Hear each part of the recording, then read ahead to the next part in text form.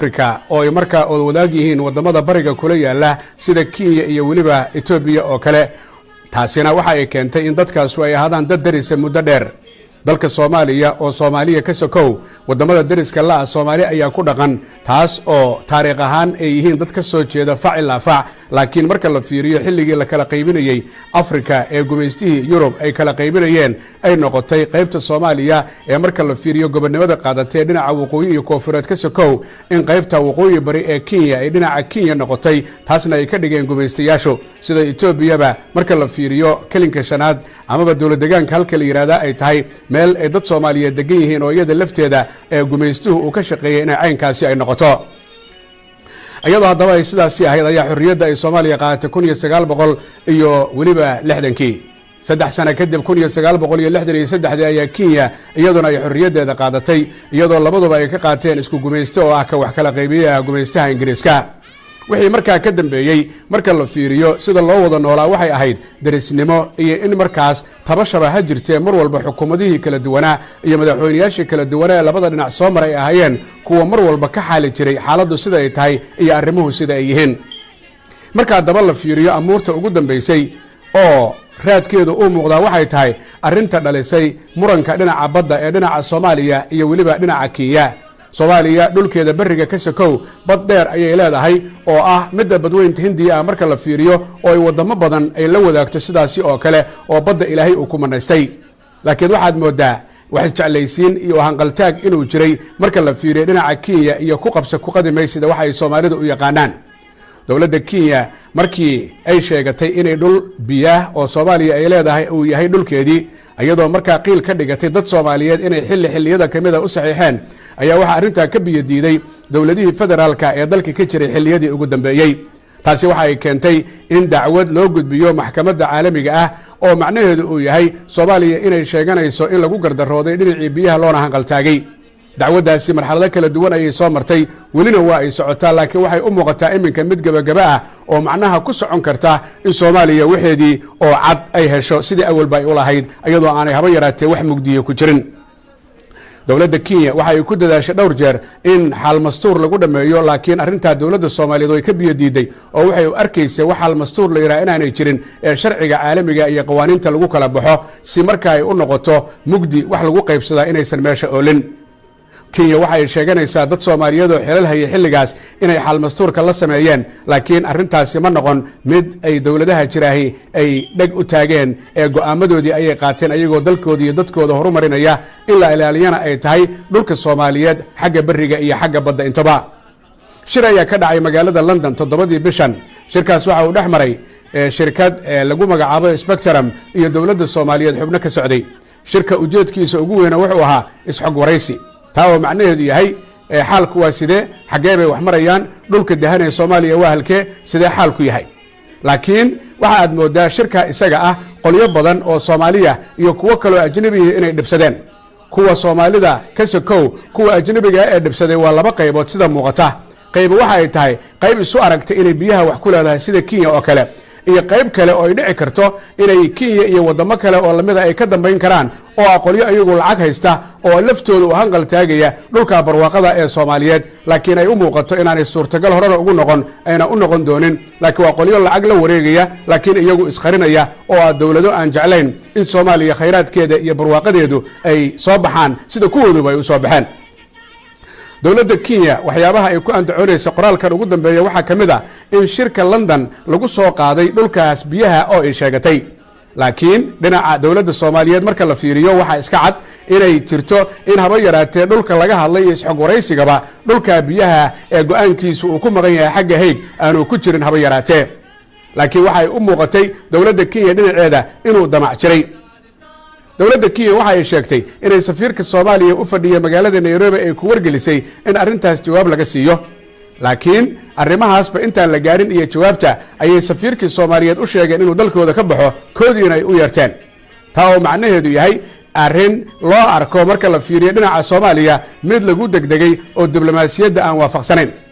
xilligan barnaamijkan aan sida tooska ugu jiro ee telefishinka caalamiga ee Universal ayaa qoraal rasmi ah dhinaca dawladda Soomaaliyeed ka soo baxayay oo ah mid ka sheekeynaya guud ahaanba xaaladdu sida ay tahay iyo aragtida xukuumadda Soomaaliyeed ee maanta jirta ee madaxweyne Maxamed Cabdullaahi Maxamed Farmaajo iyo ra'iisul wasaare Xasan Cali Khayre ay ka soo gudbin doonaan oo lagu shaacinayo guud ahaanba qalabka warbaahinta sida Universal oo kale. haddaba daawade iyadoo xaaladdu ay sidaa tahay ayay waxay u muuqataa in dawladda Kenya la fahanteedu ay muujinayso in ay u aragto Soomaaliya in iminka waxa ay jeceshahay ay ka heli karto iyadoo isla qaabka iyo nidaamka iyo dhinaca xuduudda military ma muuqato ee ka faa'iideysta waa sida dad badan oo Soomaaliyeed ay qabi karaan fikirkaas. laakiin dad kale Soomaaliyada waxa ay qabaan Soomaaliya ciideeda taaka kamid ah inaan cidna u soo haqal taagi karin ama meel fog hadda ganaato ama meel dhow hadda ganaato dadkuna waa dadkii dhulkuna waa dhul Soomaaliyeed.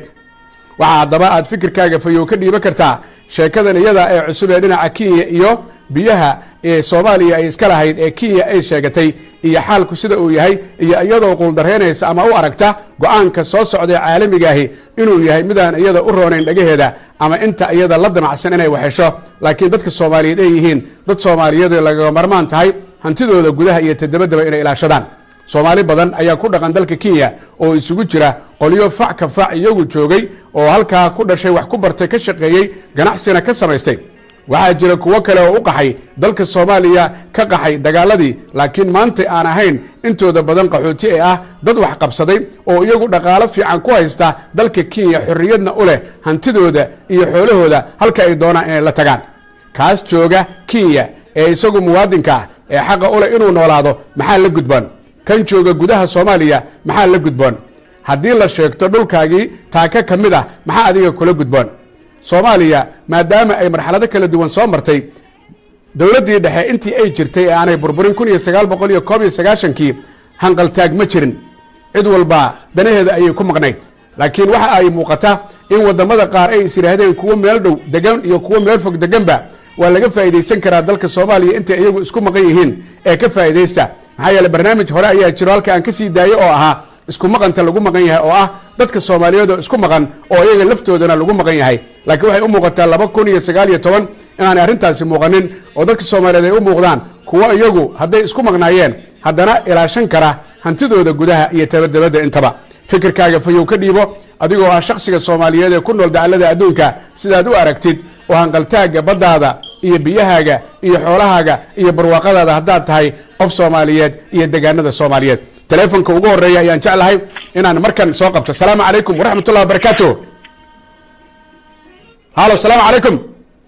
وعليكم السلام ورحمة الله وبركاته. ha walaal waa ku soo dhaweynaya magacaaga halkaa joogtid.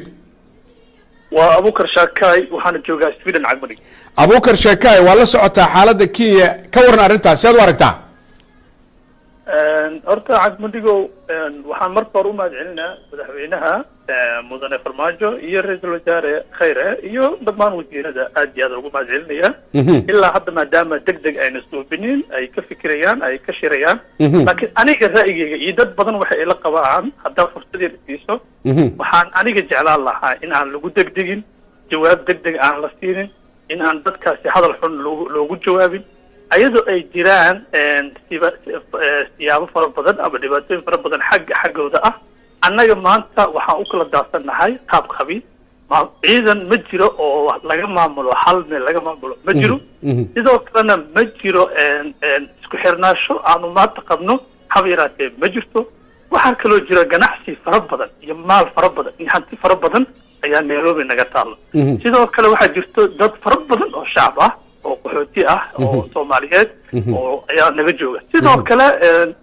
Kenya waa dad yani marna walaalo aanu nahay oo dad Soomaali ayaa kamid ah dadka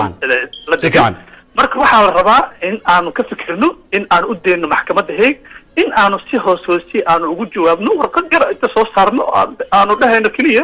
yani dawladdaasi walaalaheena sida ayaga ee goostaan yani ayaga u taala laakiin annaga waxa kaliya aan ku qanacnaa waa maxkamadda Hague bes aad u mahadsan tahay. arrinta ku saabsan waxaa jooga ciidamo amisom dalka Kenya ay kamid yihiin oo Soomaaliya ayay joogaan koonfurta Soomaaliya ay joogaan Kenya iminka waxay u muuqataa inaanay ahayn dal qaabka iyo sida Soomaaliya siyaasadeeda u hana qaadayso aan ku faraxsanayn mar haddii ay sheeganayso dhul Soomaaliyeed oo aanay iska lahayn haddii marka ciidankeeda amisom ka tirsan yahay ra'yi ama fikir ma jira ah wadamada kale Afrika in ciidanka lagu bedelo tan iyo inta xaalku uu isbedelayo si kalsooni ay u helaan dadka Soomaaliyeed maxaa yeelay nin